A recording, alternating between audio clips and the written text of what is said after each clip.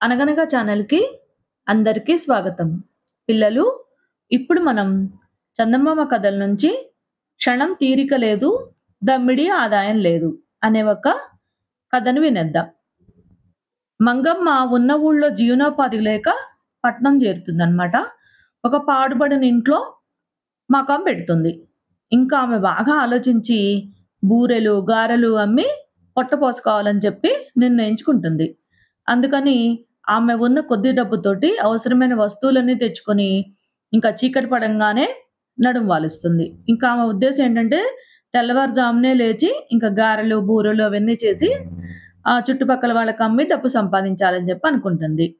ఇంకా వెలుగు రాగానే వీధరుగు మీద కూర్చొని వాటిని అమ్ముకోవాలని చెప్పి అనుకుంటుందనమాట. ఒక రాత్రి వేళ పక్క ఇంటి కోడి ఒక పిల్లిని చూసి కూత గుయ్యంగానే ఇంక తెల్లవారుజాము అయిపోయిందేమో అనుకుని నిద్రలేస్తుందనమాట. ఇంక కోడి కూత విని మంగమ్మ కంగారుగా లేచి తెల్లవారిందనుకోని నడుం బిగించి, పిండ్లు రుబ్బి పెట్టుకొని, ఇంకా పెరట్లోనే ఒక పొయ్యి పెట్టి, దాని కింద చితికుల మంట పెట్టి, బూరెల మూకుడులో బూరెలన్నీ వేయిస్తూ ఉంటుందనమాట. ఇంకా దోరగా వేగిన బూరెలు కమ్మగా వాసనొస్తూ ఉంటాయి. "ఏమమ్మాయ్ కొత్తగా మొదలుపెట్టినట్టున్నావే వ్యాపారం" అంటూ ఒక ముసలి మనిషి అక్కడికొస్తాడనమాట. "అవును బాబూ, వేడి వేడి బూరెలు రుచి చూస్తారా?" అంటూ మంగమ్మ అక్కడ కొయ్య చెక్క వాల్చి ఆ ముసలతనికి 4 బూరెలు పెడుతుంది. ఇంకా ఆ మనిషి బూరెలు తింటూ ఉండగానే ఇంక మరికొంతమందొస్తారనమాట. ఇంక అందరూ కలిసి ఆ బూరెలన్నీ తినేస్తారు. గారెలు వేసే ముందు మరికొంతమందొస్తారనమాట. అందరూ కలిసి గారెలన్నీ తినేసి, "మంచి వ్యాపారం మొదలుపెట్టావమ్మా! రోజు ఇలాగే గారెలు, బూరెలు వెయ్యి. రోజు ఈ వేళకు నిద్ర పట్టక అవస్థపడుతూ ఉంటాము. ఏదో కాలక్షేపంగా తినిపోతాము" అని చెప్పి అంటారు వాళ్ళు. ఇంక వచ్చిన వాళ్ళందరూ ముసలివాళ్ళే అన్నమాట. ఇంచుమించు అందరూ కొంచెం ఒకటే వయసు ఉన్నవాళ్ళనమాట. ఇంకా ఒక పంగనామాల వాడు ఈ మంగమ్మతోటి అంటాడంట, "ఇంగ నువ్వు కోడి కూర కూడా చెయ్యి దీంతో పాటు" అని చెప్పి అంటాడనమాట. ఇంక మంగమ్మ నవ్వుకుంటుంది. ఎందుకంటే ఇంట్లో చెయ్యకపోతే గనక ఇట్లానే బయట తింటూ ఉంటారని జెప్పి అనుకోని అలాగే అలాగే అంటుందనమాట. ఇంక ఇది నీలా చేసినట్టు నువ్వెవరికీ చెప్పకూడదు. రహస్యంగా ఉంచాలి అంటే, "ఎంత మాట బాబు నాకు ఆ మాత్రం తెలీదా? అలాగే చేస్తానని" జెప్పి అంటుందనమాట. ఇంకా గారెలు, బూరెలు తిన్న వాళ్ళందరూ ఎవరి చేతికొచ్చినంత డబ్బు వాళ్ళు మంగమ్మకిచ్చి వెళ్ళిపోతుంటారు. ఇంకా ఆ డబ్బు లెక్క చూసుకుంటే ఆమె అనుకున్న దానికన్నా పదింతలు ఎక్కువొస్తుందనమాట. ఆమె ఆశ్చర్యపోయి తను ప్రారంభించిన బేరం భలే లాభసాటిగా ఉందే అని సంతోషపడుతుంది. తర్వాత కొంతసేపటికి గాని తూర్పు తెల్లవారదు. తాను అర్ధరాత్రి వేళ లేచి ఉండాలని జెప్పి మంగమ్మ గ్రహించి రోజు ఆ వేళ లేవడానికి నిశ్చయించుకుంటుంది.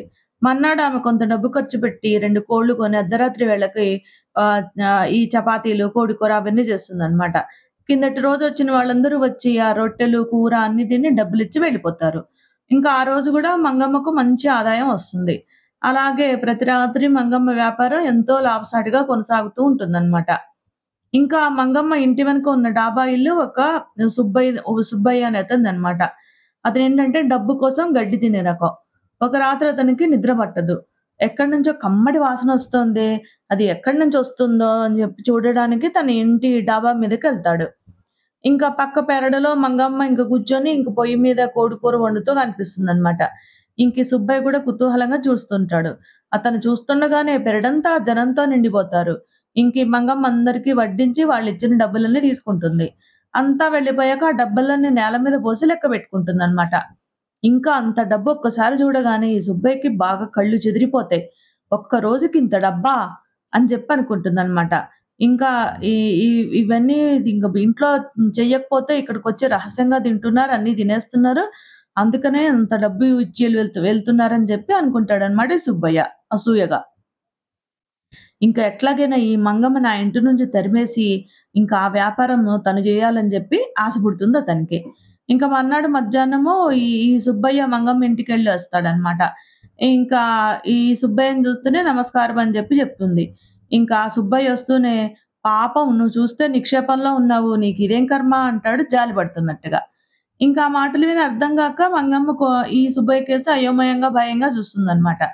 "అదిగో అప్పుడే నీకు వెర్రిచూపొచ్చేసింది. అవును మరి పిశాచాలకు వండి వడ్డిస్తే ఏమవుతుంది?" అని జెప్పి అంటాడనమాట ఈ సుబ్బయ్య. ఇంకా అప్పటికి మంగమ్మకు ఆయన మాటలు అర్థం గాలేదు. "నీ మొహం చూస్తేనే తెలిసిపోతుంది పిశాచాల గాలి సోకిందని. అర్ధరాత్రి వచ్చే వాళ్ళకు నువ్వు కోరినవి వండి పెట్టడం లేదు" అని జెప్పి అంటాడు ఈ సుబ్బయ్య. ఇంకా మంగమ్మకు ఈ సుబ్బయ్య మాట అర్థమవుతుందనమాట. ఇది మరీ బాగుంది. పెద్ద మనుషులు అడిగారు కాబట్టి చేసి పెట్టాను అని జెప్పి అంటుందనమాట. నీ చేత ఇలాగే అన్నీ జేయించుకొని తిని చివరకు ఆ పిశాచాలు నిన్నే కాల్చుకు తినేస్తాయి. ఏదో నీ మంచి కోరి చెప్తున్నాను అని జెప్పి అంటాడు సుబ్బయ్య. మంగమ్మ ఆ మాట విని కెవ్వుమని అర్ధరాత్రి వచ్చేది పిశాచాలా? అని జెప్పి నమ్మలేనట్టుగా అడుగుతుంది. అవును మరి అర్ధరాత్రి వచ్చేది పిశాచాలు కాపోతే ఇంకేమొస్తాయి? ఇంకా సందేహమా? ఇంతకుముందు ఆ ఇంట్లో ఒక ముసలాముండేది. చివరకు పిశాచాలే కాల్చుకు తినేసాయని జెప్పి చెప్తాడు. ముందే జాగ్రత్త పడి ఎక్కడికన్నా పారిపో అని జెప్పి ఈ సుబ్బయ్య ఈ మంగమ్మని భయపెట్టిస్తాడనమాట. ఇంకా మంగమ్మ అప్పటినుంచి ఇంకా అప్పటికప్పుడే ఇంకా ముఠా ముల్లె సర్దుకొని మరో ఊరు పోతున్నానని ఆ సుబ్బయ్యకి చెప్పి వెళ్ళిపోతుంది. ఇంకా సుబ్బయ్య సంతోషంగా తన ఇంటికి తిరిగొచ్చి జరిగిందంతా తన భార్యకి చెప్పి, "ఇవాళ రాత్రి నుంచి మంగమ్మ స్థానంలో నువ్వు కూర్చో. కనక వర్షం కురుస్తుందని" చెప్తాడు. "అమ్మో! నేను కూర్చోను. ఆ మంగమ్మ దేవాంతకురాలు. అది అంత తేలిగ్గా వెళ్ళిపోదు. వేళకు తిరిగొచ్చి మళ్ళీ ఏదో గొడవ చేస్తుంది. కావాలంటే నువ్వే కూర్చో" అని జెప్పి అంటుందనమాట. ఇంక చూస్తూ ఉన్న ఆ వేళొచ్చి మంగమ్మ నలుగురిని పిలిచి ఇంక రచ్చ చేయకపోతే అని జెప్పి అంటుంది ఈ సుబ్బయ్య భార్య. అర్ధరాత్రి వేళ ఈ సుబ్బయ్య బూరలు వేయిస్తూ మంగమ్మ స్థానంలో కూర్చుంటాడు. ఇంక కాసేపటికి ఆ ముసలి వాళ్ళందరూ బెలబెలమంటూ వస్తారనమాట. ఇక్కడ మంగమ్మ అని ఉండాలి. ఆమె ఎక్కడికెళ్ళింది అని చెప్పి అడుగుతారు. పెళ్లి చేసుకొని చక్కగా పోయింది. మీకెందుకు నేనున్నాను గదా! మీకేం కావాలో అవి జేసి పెడతాను. ఇబ్బంది లేకుండా అని జెప్పంటాడనమాట. ఇంకా అనంగానే ఇంకా ఈ బూరెలవన్నీ ఇది తీసి గిన్నెలో పెడతాడనమాట. ఇంకా బూరెలు చూసి వాళ్ళు మొహాలు చిట్లిస్తారు. "ఈసారికి ఇవి చేస్తే చేసావు గానీ రేపటి నుంచి ఆ కోడి మాంసము, గొర్రె మాంసం అలాంటివి చెయ్యి" అని చెప్పి అంటారు. ఇంక భార్య చెప్పినట్టుగా ఈ మంగమ్మ ఎక్కడ వస్తుందో అని భయపడుతున్న ఈ సుబ్బయ్య, "ముందు డబ్బిచ్చి మరీ తినండి. లేకపోతే తినేసి డబ్బులివ్వకుండా చీకటి చాటున మోసం చేస్తే ఇంకా నాకు డబ్బులు రావు" అని జెప్పి అంటాడనమాట. అనంగానే ఆ మాట అనంగానే అక్కడున్న వాళ్ళందరికీ కోపం వస్తుంది. ఇంకా అక్కడున్న ముసలివాళ్ళు కళ్ళు చింతనిప్పుల్లా మెరుస్తాయన్నమాట. "వెధవ డబ్బిస్తే గాని మమ్మల్ని తిననీయవా? ఎంత ధైర్యం? చచ్చినట్టు మేము అడిగినవన్నీ జేసి పెట్టు. లేకపోతే నిన్ను ముక్కలు ముక్కలుగా నరికి నీ పొయ్యిలోనే కాల్చుకు తినేస్తాం. తప్పించుకోవాలని చూసినా నిన్ను వదిలిపెట్టం" అని సుబ్బయ్య చేసినవన్నీ తినేసి అంతా ఒక్కసారిగా మాయమైపోతారు. ఇంక అప్పటినుంచి సుబ్బయ్య ఇంకా అది మొదలు ఇంకా ఆదాయము చిల్లిగవ్వ లేకుండా అర్ధరాత్రి వ్యాపారం చేస్తూనే ఉంటాడనమాట. ఇంక తొందరగా మంగమ్మ తిరిగొచ్చి ఇంక నువ్వు తిరిగొచ్చొచ్చేస్తే నేను ఈ పని నుంచి తప్పించుకోవాలని చెప్పి అనుకుంటుంటాడు. కథ కంచికి మనమింటికి. నచ్చితే లైక్ చేయండి, షేర్ చేయండి, సబ్స్క్రైబ్ చేయండి.